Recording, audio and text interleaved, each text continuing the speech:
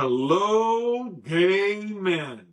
Hey, we have a treat for you. We have a guest here today. I'm John, and of course, we always have. I'm Brian. Thank you guys so much for tuning in to us today, coming inside out. Our great guest here is Debbie. Yes. Absolutely. And we are doing a special episode today because today is National Coming Out Day. October 11th is the LGBT Awareness Day to support anyone coming out of the closet. And in honor of coming out, we have our special guest, Debbie. Debbie is a proud mother of two. She's also a personal friend, and her husband is an amazing man who is the mentor to my son, Matthew. And Debbie and Tony gave him his first job when he was 16 years old. Yeah. So Debbie is here today to share the coming out story from her son. Yes. Thank you so much for joining us. You have no idea what this means to me. Well, thank you. You don't know how much it means to us. Yes. Because so many people always wonder, how am I going to tell my mom? What's the reaction from my mom or my dad? And we're just privileged and humbled to have you here to share your story. Thank you. Yeah. So, Debbie, we're going to start at the beginning. How old was Cody when he came out to you? So he came out to me when he was 17. When he was 17 years old. Yes. And where was he in high school at the time? He was a junior in high school. Okay. Yeah. Another question I have before you get into his story was, did you at any point prior to him coming out to you have a thought or an indication that he may be gay? Absolutely not. Okay, which is different from my son Cole, because my ex and I thought since he was very young that he was gay. So it was a complete surprise to you. Complete surprise. All right. Yes. Take us back, Debbie. Because as a young man, as a preteen and teen, he would have posters of girls on his, and he would be watching girls. And I was like, yeah, okay, that's it. So when he came out to me, I was like, huh. Surprise. What he was doing is he was trying to suppress and not hide, but like what society thought that he should be. He was trying to do all of that stuff. Yeah, because you worry about your friends, the guy friends, and you're gonna talk the way they talk, and you want to be part of that. You don't want to be. So, my God, but at 17, I mean, that is so courageous. Yes. Yeah. So courageous because you have so much influence in high school. Just high school alone, being a teenager is tough enough. Yes. But on top of this, so please continue. Wow. Yeah. Okay, tell us your reaction, because a lot of our younger listeners afraid to come out. Well, can she first read the letter and then share what her reaction was? This is a letter from her son's boyfriend at the time, right? Well, the one that they actually realized that they were gay. Yeah, so walk us through that. Yes, tell us about this. Miles and Cody became very close friends. And Miles was over all the time. And I was like, they're really good friends, right? Yeah. And what a nice young man. And oh my goodness. Well, here I am. And, they're together and Miles is over all the time. And Cody had a friend, Brian, back in Chicago. And he was over all the time. And I thought, he's found his Brian right here in California. Right? So one night, I don't remember what day of the week, of course it was, I get this note slipped under my bedroom door, because it was late. Mm-hmm. And I'm like, okay. So I read the note, and I wish I would have kept the note because Cody is no longer with us. So if I have any encouragement for anyone to come out as soon as you can, because you need to be your true self at any age, because we don't maybe have so many years. You're talking the talk. You're right, Mama. So can I call you Mama? Of course you can. Okay. Mama D. So sweet. Thank you for coming, Mama D. So I get the note and I read the note, and I wish I would have kept it because it was so important to me. And they had scurried back to Cody's bedroom, and I walked back to the bedroom, and there's the air. They're like, looking at each other. God, oh my God, what's going to happen? So I go, okay. And they're like, okay. And I go, anything else? No. And I go, okay, I'll see you 2 a.m. And they're like, oh.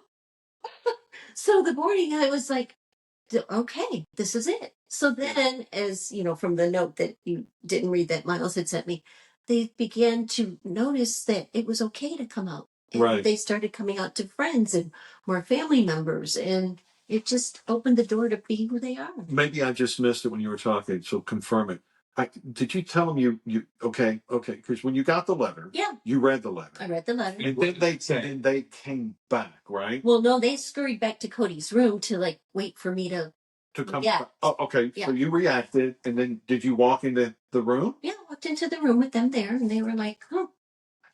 But did I hear you say earlier? And correct me if I'm wrong. You say, "Okay, it wasn't a big deal." But you did. Did you tell them you loved them? Of course I did. Yeah. Well, okay, because I didn't hear that in the school. Sorry that No, I want to make sure you get the.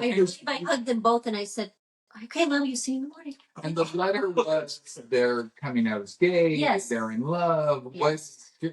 What you remember about the letter? What? I don't remember anything about it. Right. That's why it breaks my heart. Yeah. That I don't have it. And they were so cute. They even bought each other little gold rings to. Really? Yes. And then at Cody's graduation, because Miles was a year older, he had like a big sign as Cody was walking up to get his diploma, like hey Cody, how much I love you. So it was really nice. Yeah.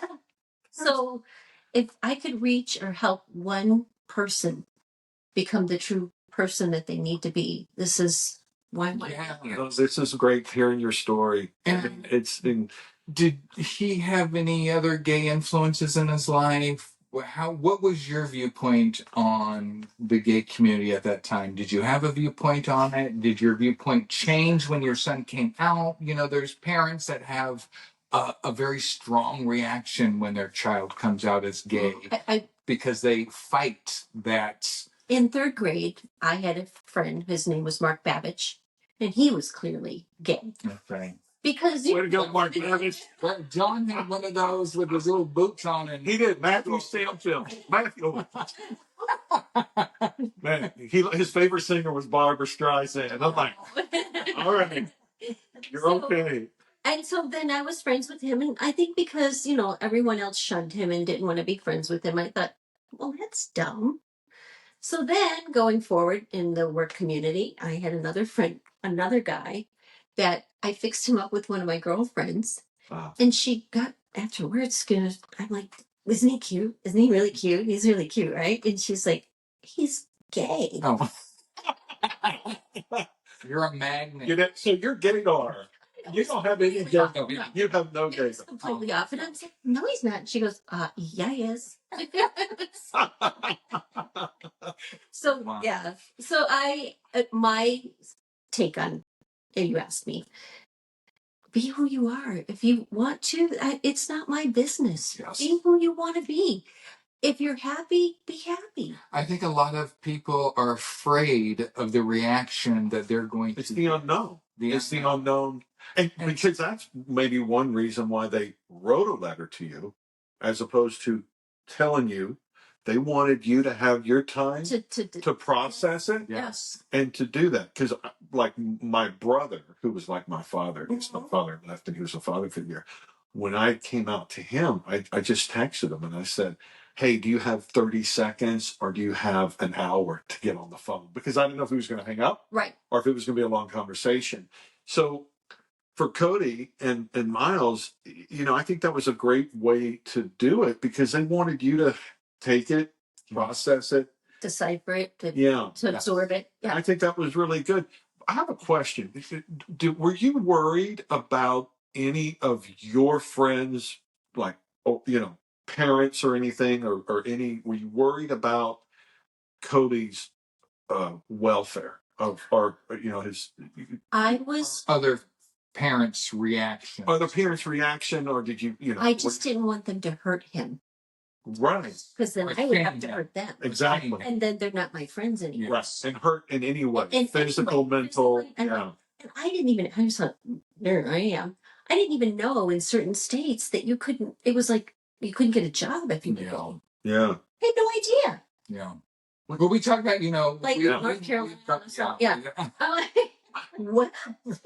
Yes. So, Debbie, Cody came out to you. Yes. And then tell us how he came out to the rest of the family. How he came out to Tony. Tony, His sister.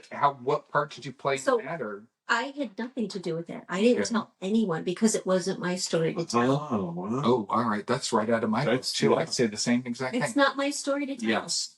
So how long did you have this information before he told any of the other family members? Maybe a couple of months. Okay. Yeah. All right. So he told Tony, and we were living in, we had sold the house and we moved to the Woodlands for a little bit. Okay.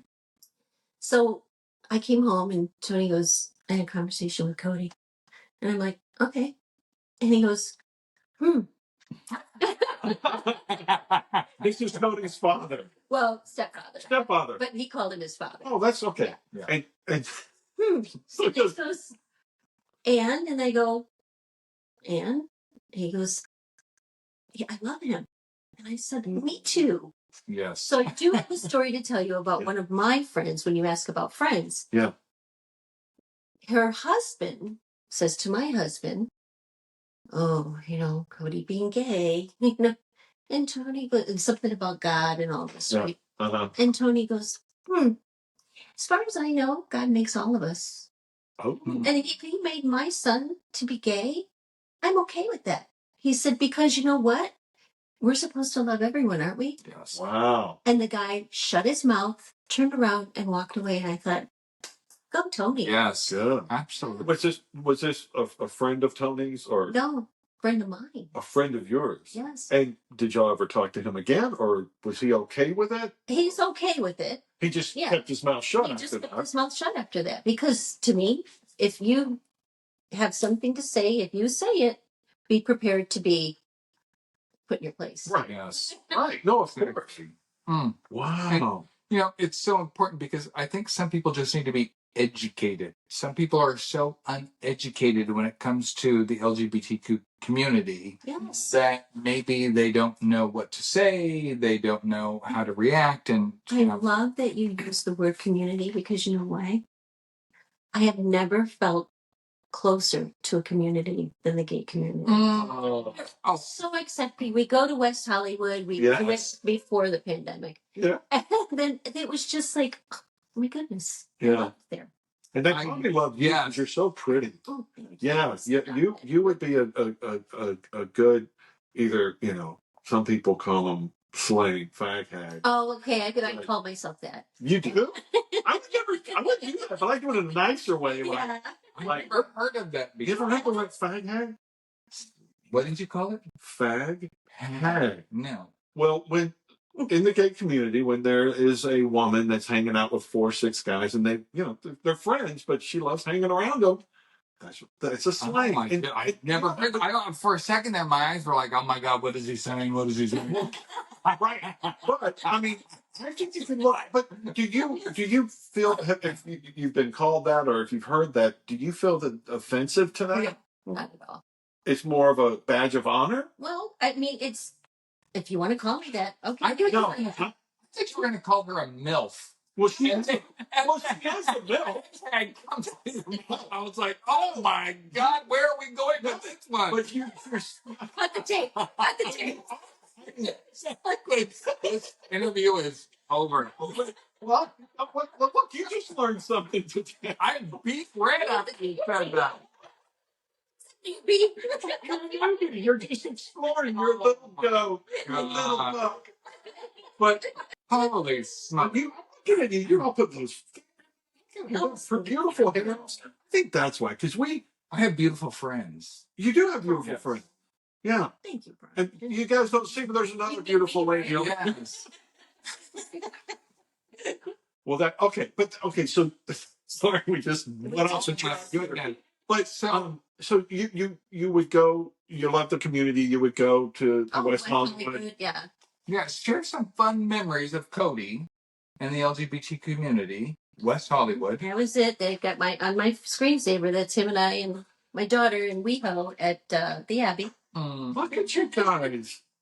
That was our last outing together. Oh, y'all are so in February. They're so pretty. All of them are. And how? Okay, talk about sister. How did sister react to this? Or did she know before you knew? She probably knew before I did. Yeah? Yeah.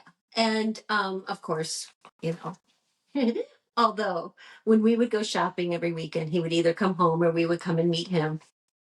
And she would be in her bedroom and she'd be changing clothes and like, how does this look? And I go, what are you doing? And she goes, he's going to make fun of me if I don't look right.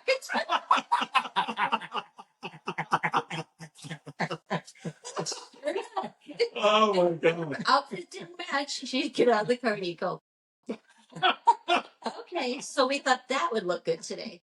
You know what? This is a good thing because I want to ask you something. Did Cody or did you, when you would get dressed, did you ever ask Cody, "Hey, do you like this?" Not before he was gay. Oh, he picked stuff out for me. So, but okay, he did. So it's so fun because my mom, you know, when I was a kid, she said, John Michael, how does this look? I'm like, oh, mom, that looks good, but that color, try that one. My mom would ask me that, Yeah. and but you know, she said she didn't know, you know. Yeah. But it's so interesting that you would ask Cody about fashion advice. Yeah, and or he took those shoes, really? You know, Really? And you didn't know, you didn't think of like, wait, is he? Because he had girlfriends, right? He had, or he, girls that were friends, and yeah, you know, he was really so young. yeah. And the girl that he picked to go to prom, Yeah. itty bitty teeny thing. And I'm like, oh, she's so cute. She's a little pint sized, you know. Can you share a little story about prom? Can. I can. All right, give us a story. So what Miles had sent me today, because I asked Miles and Brian, because that was his two closest friends, other than, and we called him Noblins, because Noblins hopefully will watch this. And I go, why Noblins? His name is Jonathan. And he goes, if he was a drag queen, we'd name him Noblins. Oh, there you go. That's neither here nor there. But anyway, when Cody had told me about Miles, he said, you know, we brought these girls to prom and we're at this house party afterwards, and you know, we're making eye contact across the room, and we snuck off and we went into the bathroom and we kissed, and I really liked it. I kissed the boy. Oh, there you go. All right. Oh, okay then. So his prom date didn't get lucky that night. Mm-mm. No. All right. There you go. Okay, so all right, so they went off and smacked down and That is so funny. Oh my gosh. So, Deb, what else do I have here for you? Have you been a support to any of Cody's friends? When Cody came out, did he have friends that were still in the closet that were struggling to come out that came to you before they went to their own parents? I don't believe so. Okay. Because the ones, and they all still keep in touch with me. We actually, they'll text me for Mother's Day or, you know, Christmas, or, so they're all still a part of me. That's sweet. Yeah. That's so good. if I got anything out of Cody's friends, they still consider, I believe, they consider me like part of them. Yes. Of course. You know, a little family. A little family. Of course. So, I believe they all came out to their parents first. Okay. Yeah, if you'll see in Brian's letter, it was Cody came out at 16, called Brian, said that he was gay, and Brian's like, oh, am I? Wait, Brian. So Brian was a friend from Chicago, the 5th grade friend. Got it. Yeah. Okay. So it took Brian then 4 years to come out to his parents. And he is so here again, also knew at a young age, Brian, that he was struggling with his sexuality, and he came out at age 20. Yeah. And how does his parents take his coming out? He says that they were okay with it. All right. Yeah. They were supportive. Even though they had, he had a lot of brothers and sisters, I think 4 or 5. And so Brian is now married. Okay. Living in Chicago. Miles is now married, living in San Francisco. Oh, yeah. Great. So my daughter, Brian had a quick wedding. Was one of them pregnant? Yes, we were. And Miles had, you know, the big blown, beautiful, you know. So I think the very first one, it had to be postponed because of COVID. We were invited to, and I don't think Lauren went to the wedding. No, she did not. Don't Lauren, my daughter. God. So Lauren, it's really nice because her brother's gone. Yes. The boys, I call them boys because they're young, treat Lauren like a little sister. That's so sweet. It really is. Yeah. Talk about how your life was enriched, how your relationship with Cody reached a new level after he came out. Because didn't your bond with him become stronger after his coming out? Well, I was happy. Mm-hmm. That he was able to be free. That he was able to be free, be himself, and come out and not like some kids that you would think, oh, I'm going to go hang myself or commit suicide because I can't talk to my family. Right. And I was just like, oh my God, thank you. Thank you that I'm that close to you, that I love you that much. Right. That you can be yourself with me.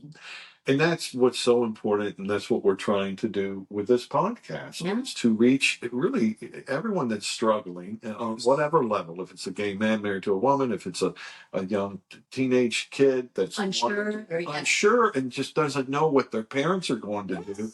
And I love that you're sharing that they were together and they wrote the letter and they just slipped it under your door. And I love that, because that. Maybe somebody's listening, like, oh my God, that's a great idea that I could, do that, or what, or maybe I'll, just knock on the door and we'll both go in there and talk to mom. And I think telling moms, because look, when you have a gay son, I think the relationship between a gay son and their mother, there's nothing like it. What am I missing out on? There's nothing like really. Well, if you're close to your mom, because my mom, it was because I came out late. I came out like 8 years ago, and my mom came out here. So you were 17 also. I was 17. Damn. Was it a drag hag? Were you? Yes. But I came. The first thing I came out to my boys because I was it was 49. Yeah, I'm 57 now. And at 49, I came out to my sons, and I thought, you know what? And they were like 7, 9, and it was nothing. I mean, they know about it. They know that people. There was 2 daddies and 2 mommies at school for their friends, parents, or 2 daddies and 2 mommies. So it was nothing for them. And then once I was able to do that, because I'm wondering if Cody thought once he's able to tell you, then it's going to be okay. And for me and my sons, it was once I told them, I'm like, I don't care if anybody does that. They're the most important. Exactly. They're the most important. And then when my mom came out, she's a big Catholic lady. And so I go, Mom, I got to tell you, I go, the real reason that we're divorced is because I'm gay. And then I'm going to become a priest. Yeah, right. Well, it's funny you should say that because my mom goes, you are? And I go, she Texas. You are? I go, yeah, Mom, I'm gay. She goes, well, okay, honey, I love you. It's okay. See? And it was that. And I go, and I told her, because my mom, she likes to gossip and talk shit. I said, and I didn't put it on her. I said, Mom, you can tell anybody you want. Oh, no, I'm not going to tell. I go, well, if you need to talk with your friends or anybody. So open up about it. Open up. You may need to do that. And I said, she goes, well, maybe I'll talk to Father Cantilla. I go, well, yeah, he's gay. He'll know. Well, if you think so? I go, Mom, come on. But it is. I mean, and I'm sure with Cody, and anybody listening, go to your mom. Go to mom. And maybe, I don't know. What about your mom? Did you talk to your mom? I texted my parents during COVID. My parents were late 70s at the time. My mom had been sick, not real sick, but she had been sick. And so when I was coming out, I just sent a family text. My sister responded. I sent it to probably 12 people. My sister responded. My mom sent a text or response. Now maybe we can all get together. Mm-hmm. That was what she said to me. And we've never talked about it since then. My family has never brought it up to me once since that text. But that's your mom's how old? My mom right now is probably 82. Okay, that's a generation that they don't say shit even if they have a mouthful. Yes. They don't. They don't. I mean, that's been my experience. And with my mom, it was great. It was fine. But, she wasn't going to go blow whistles and do all that. But we have, because she's in Texas, I'm here, and, she loves me. It's all good. And, but she doesn't ask me, hey, who are you dating? Or, how are things? Because I haven't. I've been focusing on my boys. And, I'll go out on dates, don't get me wrong. But nobody, really serious.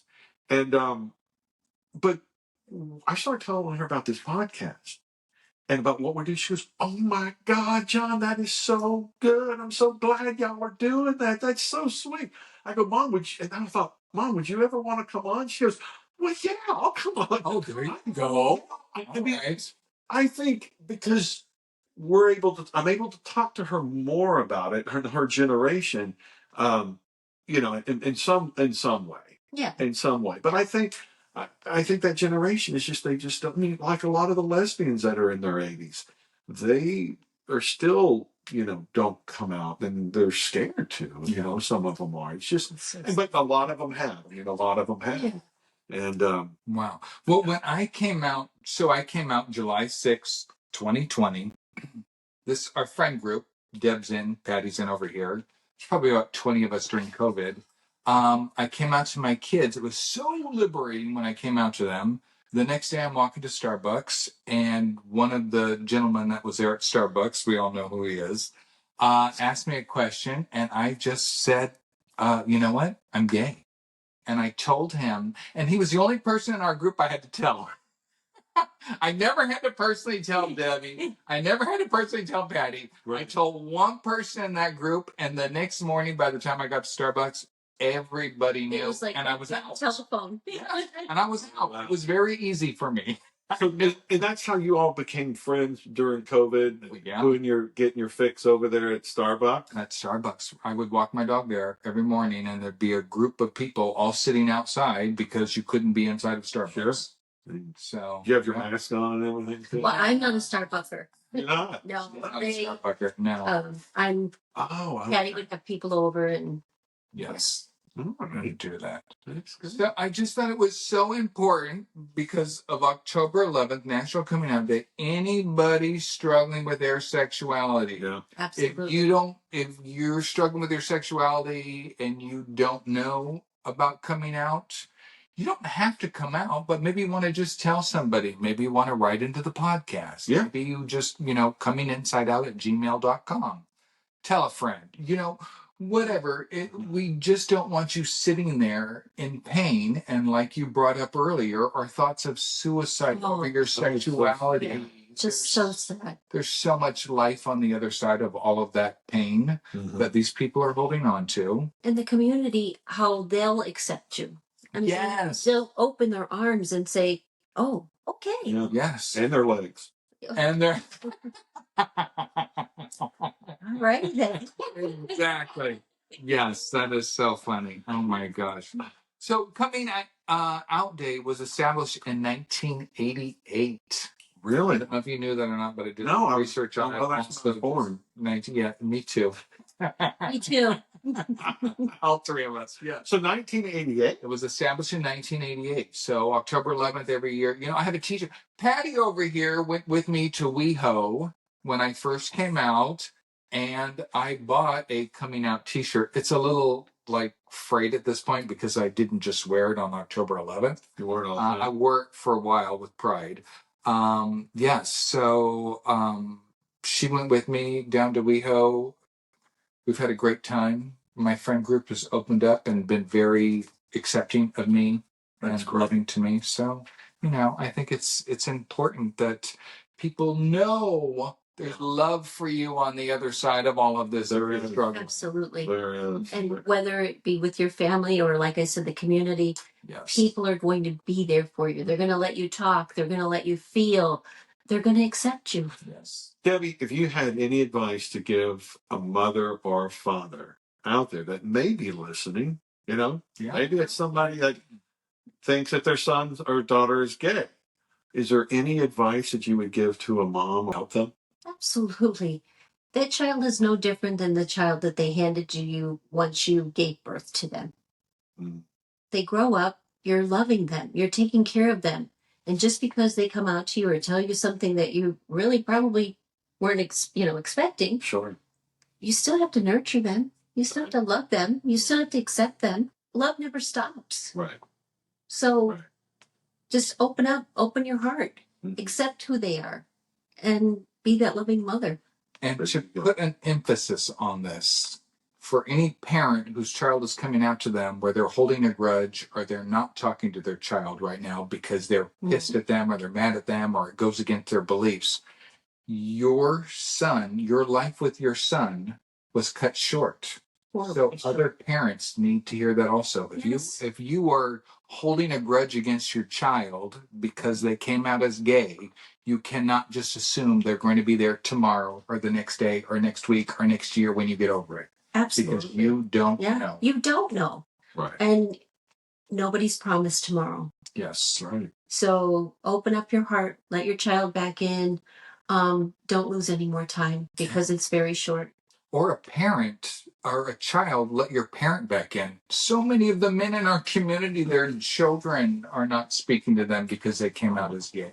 Yeah. It's we get a lot of really letters. Tough. It's tough. Yeah. It's tough. It really is. I remember when my uncle came out that, well, I'm not going to get into that. I don't want to get into because it may get back to. Okay. No. Yeah. No. Well, it may. Yeah. But it was.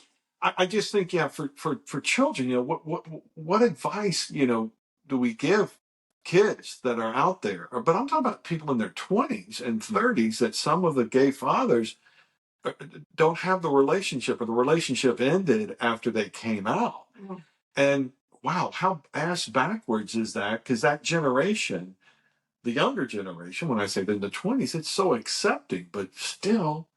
Well, and maybe they are accepting. Interesting. I wonder if they're accepting of other gay people, but not their own father. They may have an embarrassment inside that they're walking around with because their parent came out as gay. But we hear a lot. I mean, those emails tug at my heart. Anytime somebody loses a relationship with either their child or parent because of their sexuality, it's just devastating. Yeah. Well, then you open the door to the community that's going to accept you. Yes. So, unfortunately, if they are that narrow-minded, then, Yeah. Yeah. Better off.